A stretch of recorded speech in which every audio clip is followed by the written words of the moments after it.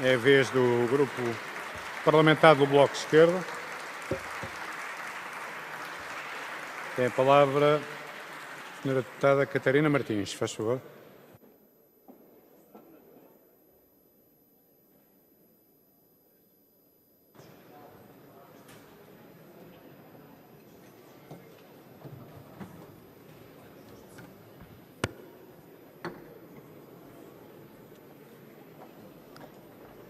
Senhor Presidente, Senhor Primeiro-Ministro, Senhoras e Senhores Membros do Governo, Senhoras e Senhores Deputados.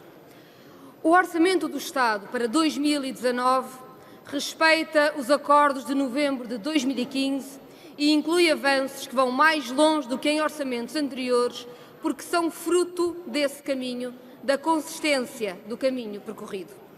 Ficou provado nestes anos o que o Bloco sempre defendeu. A recuperação de rendimentos do trabalho é parte indispensável de qualquer política de crescimento e emprego e só esta torna sustentável a consolidação orçamental. É igualmente verdade que o crescimento se deve também a uma conjuntura internacional favorável e por isso é importante que este debate não omita as condições externas.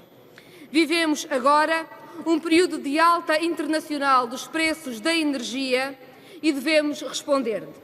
Proteger as famílias implicará, mais cedo do que tarde, uma redução da taxa de IVA em todo o consumo doméstico de energia, e o Bloco não desistiu desse objetivo, e implica também eliminar as rendas excessivas que continuam a pesar na fatura.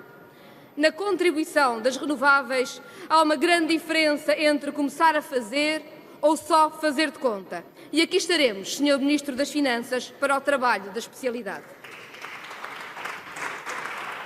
Mas as condições externas também podem afetar a dívida e o investimento pela exposição do nosso país a previsíveis novas crises financeiras internacionais. E temos por isso, e é o que defendemos ao longo de todo o debate, de usar toda a folga gerada pelo crescimento económico para reforçar o mais importante instrumento de defesa do país, o Estado Social e os serviços públicos. Senhoras e senhores deputados, não faltam questões difíceis a este debate, mas na verdade faltou debate. A direita, amarrada a um programa económico derrotado, decidiu fugir do debate orçamental para uma sopa de casos e frases desconexas, nem uma linha de projeto para o país.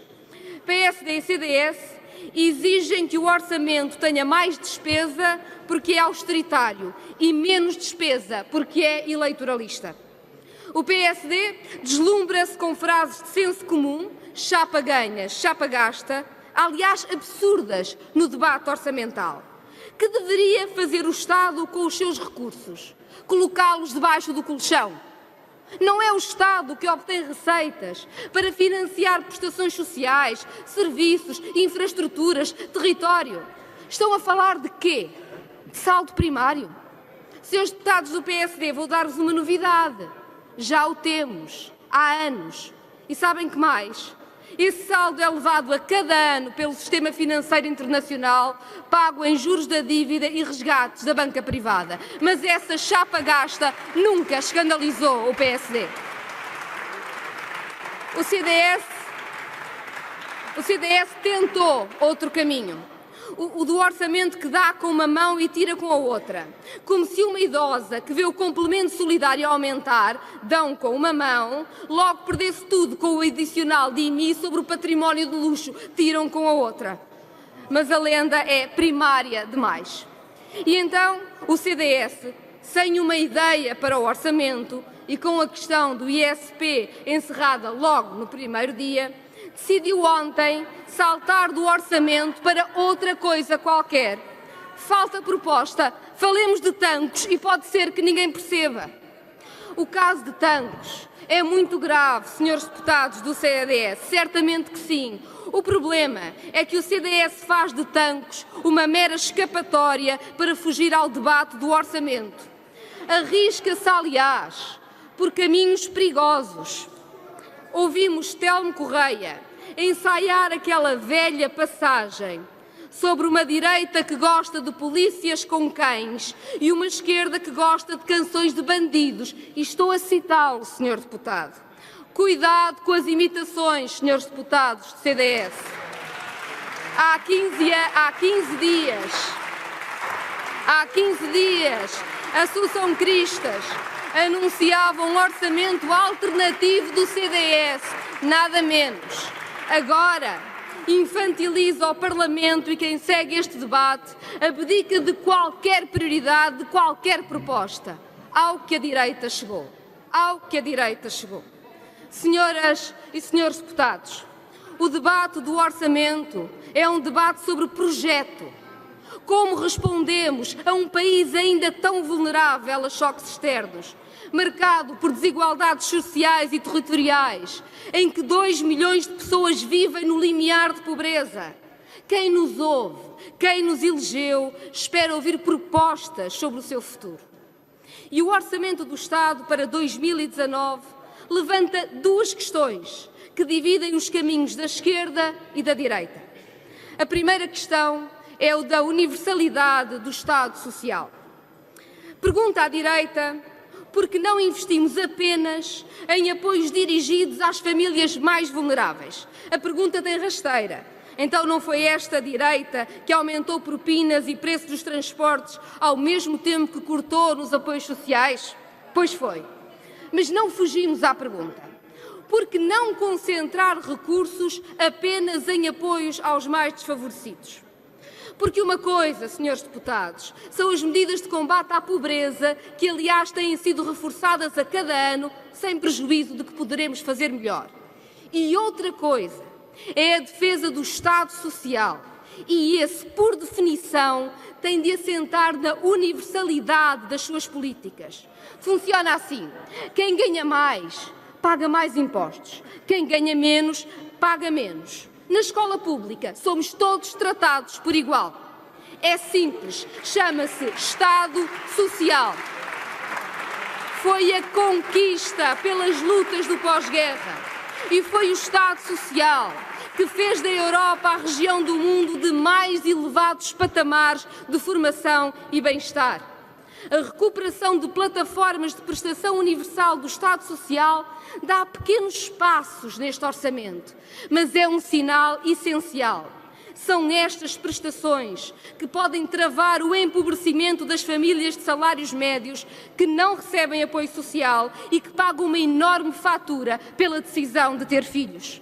Propinas mais baixas para todos, passos dos transportes para todos, manuais escolares para todos. Este fator de coesão social é que responde à fragmentação social e dá conteúdo à democracia. É ele que trava o passo aos populismos violentos que se espalham pela Europa. Infelizmente, sabemos, a direita tem do seu lado toda a institucionalidade europeia, toda a doutrina dos tratados e, muito em particular, a do Tratado Orçamental, em vias de se converter em lei de ferro europeia. Mas há escolhas. E a esquerda sabe que a democracia só se constrói na solidariedade. Senhoras e senhores deputados, a segunda questão que este orçamento levanta é sobre o que fazer com o que já conseguimos. Registramos que o Governo decidiu retirar do debate os salários e carreiras dos trabalhadores do Estado, remetendo todas as decisões para a negociação com os sindicatos e para decretos-lei.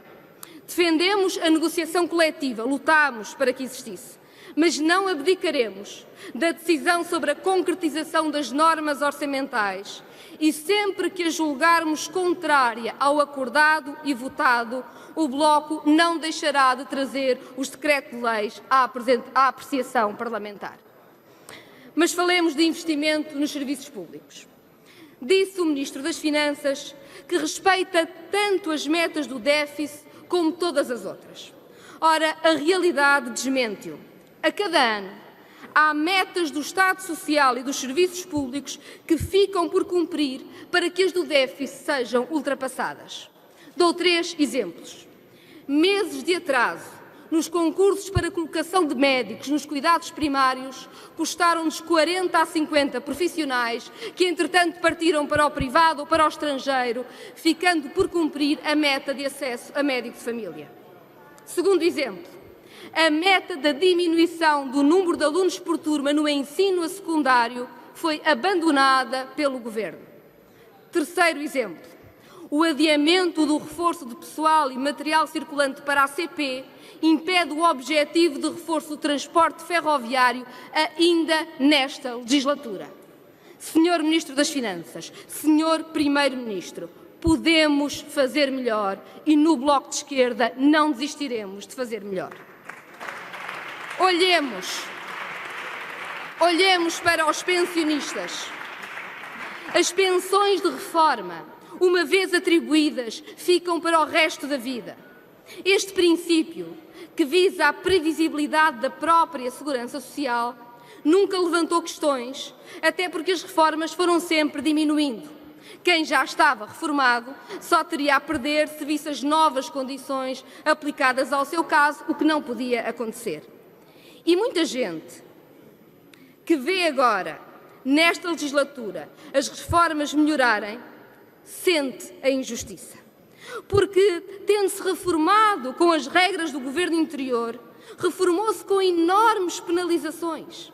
O mais flagrante será o caso de quem começou a trabalhar ainda criança e que, com as regras criadas pelo ex-ministro do CDS, Mota Soares, reformou-se em reforma antecipada, com muita penalização, apesar de ter 46, 48, 50 anos de descontos.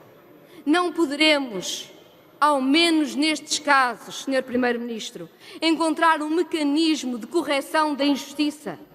No orçamento passado, abrimos espaço ao acesso ao complemento solidário para idosos, uma medida importante, mas insuficiente. Este ano, na especialidade, o Bloco proporá o passo seguinte, a criação de um complemento de pensão que compensa a aplicação do fator de sustentabilidade na pensão de quem tanto trabalhou e tanto descontou. Quem foi tão injustiçado na infância não deve voltar a sê-lo na velhice. Peço para concluir, Sra. Deputada. E para concluir, Sr. Presidente, destaco esta proposta como uma das muitas que o Bloco apresentará na especialidade. Aqui estamos, com o mesmo espírito de colaboração com que assinámos os acordos de 2015, para conseguirmos neste último orçamento e nesta legislatura cada avanço e cada passo que ela puder dar, com a mesma determinação de sempre, não deixar ninguém para trás. Muito obrigado, Sra. Deputada. Tem a palavra o grupo.